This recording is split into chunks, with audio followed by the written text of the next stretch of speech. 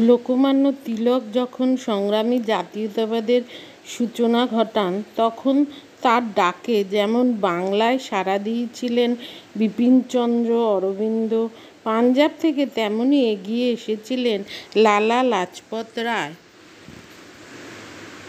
কর্মজীবনের শুরুতে তিনি ছিলেন একজন আইনজীবী। সমাজ ও ধর্ম সংস্কারের মনোভাব ছিল তার মধ্যে অত্যন্ত প্রবল। তাই তিনি প্রথম ব্রাহ্ম সমাজে এবং পরে আর্য সমাজে যোগদান করেন। রাজনীতির ক্ষেত্রে লাজপত রায় কংগ্রেসের নরমপন্থী নেতাদের আবেদন নিবেদন নীতির সম্পূর্ণ বিরোধী ছিলেন।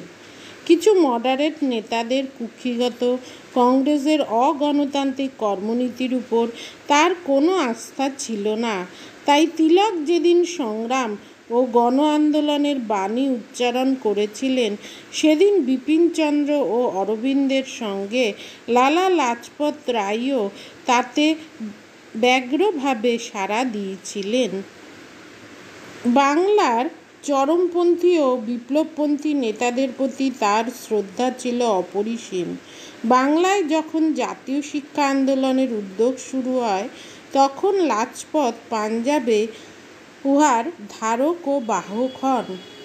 তিলকের মৃত্যুর পর অর্থাৎ 1920 খ্রিস্টাব্দে কংগ্রেসের কলকাতা অধিবেশনে সভাপতিত্ব করেন লালা লাজপত রায়। সেই ঐতিহাসিক অধিবেশনে জালিয়ানওয়ালাবাগ হত্যাকাণ্ড ও খিলাফতকে কেন্দ্র করে গান্ধীজি অসহযোগের 7 দফা কর্মসূচি উপস্থিত করেন। স্বরাজ্যের দাবিও এই সর্বপ্রথম উপস্থিত হয়। 1928 খ্রিস্টাব্দে সাইমন কমিশন বয়কট করার যে প্রস্তাব লাজপত রায় কেন্দ্রীয় আইনসভায় উপস্থিত করেন, তা দেশবাসীর বিরাট অভিনন্দন লাভ করেছিল।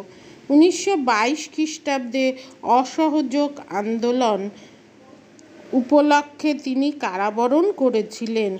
এর পূর্বেও 1907 খ্রিস্টাব্দে তিনি আরেকবার গ্রেপ্তার হয়ে ব্রহ্মদেশের মান্দালয়ে নির্বাসিত হয়েছিলেন। লালা লাজপত রায়ের কাছেই দেশপ্রেমই ছিল সর্বাপেক্ষা বড় মানব ধর্ম। স্বাধীনতা ছিল তার একমাত্র কাম্য। তার প্রেম, ত্যাগব্রত, বলিষ্ঠতার, নির্ভীকতার জন্য পাঞ্জাববাসীরা তাদের প্রিয় নেতাকে শের-ই-পাঞ্জাব আখ্যায় ভূষিত করেছিলেন। সবশেষে বলা যায়, বঙ্গভঙ্গ বিরোধী আন্দোলনকে ভিত্তি করে যে স্বদেশী ও বয়কট আন্দোলন গড়ে উঠেছিল, তা বাংলা সীমাকে অতিক্রম করে দেশের বিভিন্ন অঞ্চলে এই আন্দোলন প্রসার লাভ করেছিল। শের-ই-পাঞ্জাব লালা লাজপত রায় ছিলেন এই আন্দোলনের নেতা। তিনি পাঞ্জাবে এই আন্দোলনের বিরুদ্ধে ব্যাপক আন্দোলন গড়ে তোলেন। দেশমাতার মুক্তির জন্য তার যে অবদান, তার যে আন্দোলন, তা কখনোই দেশবাসী ভুলবে না। তাকে প্রতি পদে পদে মনে রাখবে।